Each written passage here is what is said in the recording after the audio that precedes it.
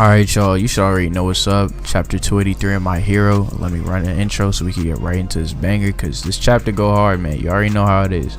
Let's get straight to it. Yeah, I'm headed straight to the top, my nigga. And the niggas out here ain't trying, my niggas. Just wanna cut with a fire, my nigga. My brother got locked up again. I called him, I told him the plan.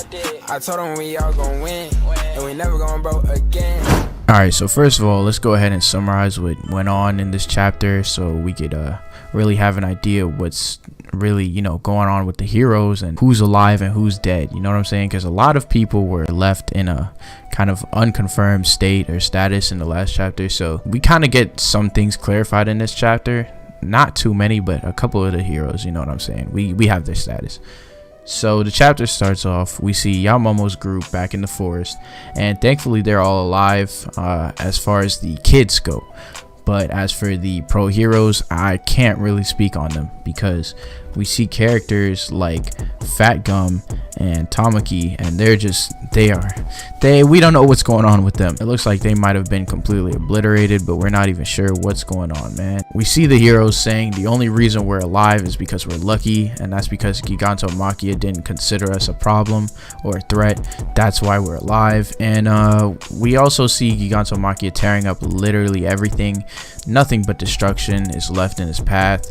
But something that's interesting is that he seems to have kind of chosen a new form, I guess, or put on a new form. I don't know. He has these long claws, these really long claws, and the kind of visor thing that was covering his mouth is now covering his eyes. So I think this might be like his attack mode or something. Anyways, we see the pro hero Majestic lifting all the kids into the air and essentially saving them from Gigantomachia's wrath as he tears up literally everything in the forest. Literally everything. Everyone is just getting violated in that forest, bro.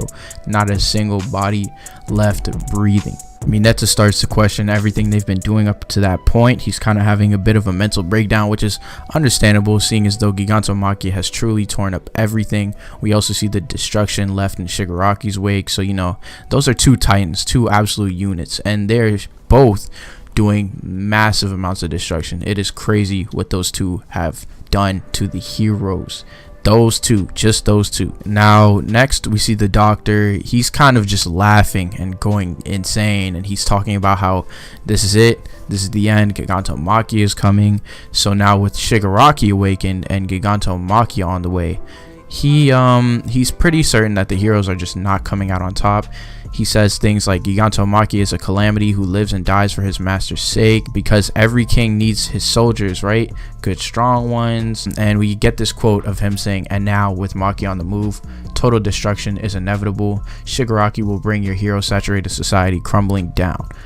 And Shigaraki, remember in the last chapter we saw that Aizawa got knocked out, so Shigaraki has all of his quirks back, including his regeneration. So he's back to normal now. He's standing there in front of DEKU, Deku is mad. Deku is really mad right now. It's kind of crazy. Todoroki comes in and he's helping his dad out, you know, Endeavor. He's helping him to cool off, because remember, Endeavor can overheat from excessive use of his quirk, and he's just been going hard in the paint non-stop against Shigaraki, so he definitely needed this little break from Todoroki. Aside from that, we see Bakugo lying next to Gran Torino, and he's pissed, but not anywhere near as pissed as Deku, who we see just crying and seething with pain. He has nothing but rage in his blood. It is boiling. Rocklock is taking care of Aizawa, and he tells Deku to run, and Deku refuses to do so.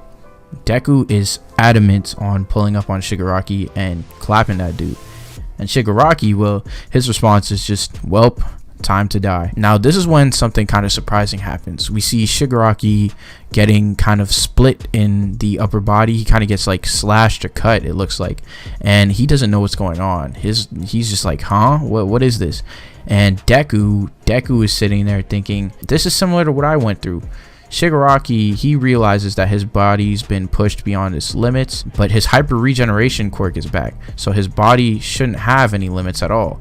However, he then realizes what the date is, and that he came out way too early, came out of his tank way too early. He was not at 100% yet. So Deku, remembering that Shigaraki has All For One implanted within him, realizes that he's going through something similar to what Deku went through back before he really knew what to do with One For All. And it's where his body gets destroyed by his own quirk because it can't keep up with the amount of power he has. We also get to see Mirko, and we know that she's alive. She's still kicking, no pun intended. But yeah, she's definitely alive, that's good. That's great to hear, because Mirko is a goat. Anyway, Shigaraki kind of just brushes aside his injury, saying whatever, hyper regen is still working, and he goes to touch the ground. As we see Deku activating his black whip, Shigaraki says one touch should end this. He reaches towards the ground, and as he comes in contact with the ground, we see an explosion go off as we see them in the air with the ground below them. And Torino says One For All, the 7th user's quirk, and then he flashes back to Nana Shimura and says that's Shimura's ... That's where we see Deku floating in the air. He says up here is where I'll beat you, I swear it with all I got. And the chapter ends. So you know, there's a little bit of there's a little bit of stuff to take in, to say the least. Just a bit of stuff to take in. All right, first things first, let's talk about Gigato Makia and this kind of new form that he has. It's kind of wild. I'll attach a picture of it here. You should have seen one earlier when I brought it up, but just in case, I'll attach another picture here. But it's really wild how he's kind of switched up into full attack mode, and the heroes are mainly Mineta is pinning it on them, saying this is we caused this is our fault, because beforehand Gigantomachia was just, you know, normal Gigantomachia, but now this dude is in full crackhead mode, bro.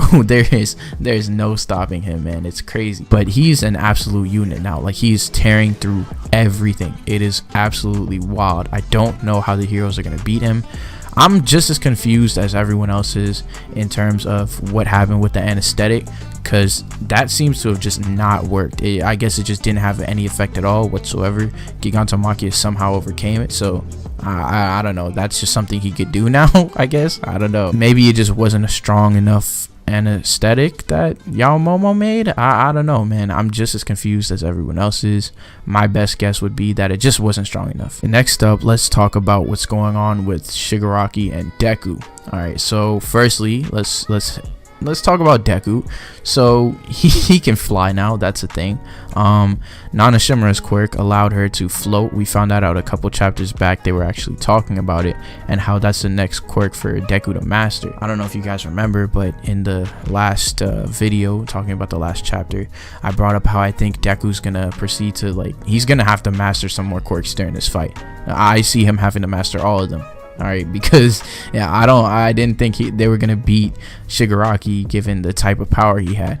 But one, Deku can fly, which is a hard counter to decay. As long as he doesn't touch him, then he's not going to get caught by kind of the spread of destruction, because he's not coming in contact with any debris or anything that's been decayed. There's secondly also the fact that Shigaraki is now going through the kind of a One For All experience that Deku went through. I don't know if you guys remember way back early in the series when Deku, whenever he would use One For All, he would kind of break his arm or break his fingers or whatever he used One For All with. It would break. That limb would just snap into pieces. So that's kind of what Shigaraki is experiencing right now with All For One, except he can't give that up right now. His hyper regen is kind of countering it, but it doesn't seem to be countering it as well as he would want. So I think they're gonna have to exploit that little opening that they get later on in the series. I feel like Shigaraki's gonna use a very high percentage of power, and it's kind of gonna split his body open, and he's not going to be able to heal it fast enough. Deku's definitely going to have to capitalize on that one opportunity. Or maybe that's not going to happen, because remember, he was using up a lot of energy and power while quirkless, and that had to catch back up with him eventually. So when he got his quirks back, the kind of the damage that, or the overexertion, kind of the drawbacks for it kicked in, and that's when he started spazzing. But that, you know, that might be something important. It might be a side effect from pushing his body beyond its limits while quirkless, because like he said, hyper regen is working now. Beforehand it wasn't working. now it is, so it should be able to counter that effect, but I don't know. Only the future can really tell what's gonna go on. Chapter 284, that's definitely gonna be crazy. Can't wait for that. Definitely looking forward to it. If I manage to catch this chapter in color anywhere, I'll definitely link it for you guys down below. But that's pretty much all there is to talk about. Theory wise, I don't really have any theories. Like, I don't know where this could possibly go. I'm still gonna stick to my theory regarding Deku and him having to master all of his quirks, if not a decent amount of them on the spot. Maybe not master them, but I feel like there's gonna be some type of interaction with the first One For All user, and he's gonna be granted a couple quirks, maybe. I don't know. Nanashimura doesn't seem like it's enough to beat this monster of a man known as Tomer Shigaraki, but hey, who knows? With the way that it's looking, maybe things are kind of looking up. Once he started floating, we kind of ended off on a positive note, I guess. We also got to see that Gran Torino is not dead. That's great. I completely forgot to mention that Gran Torino is not dead, y'all. Everyone thought that boy was clapped, yo, because he was too old and frail to take a hit like that. But no, Gran Torino is definitely alive, so that's a relief. Anyways, I'll catch y'all when 284 comes out, and that's really all I gotta say, man. If you enjoyed, hit that sub button, and see y'all in the next one. Peace out.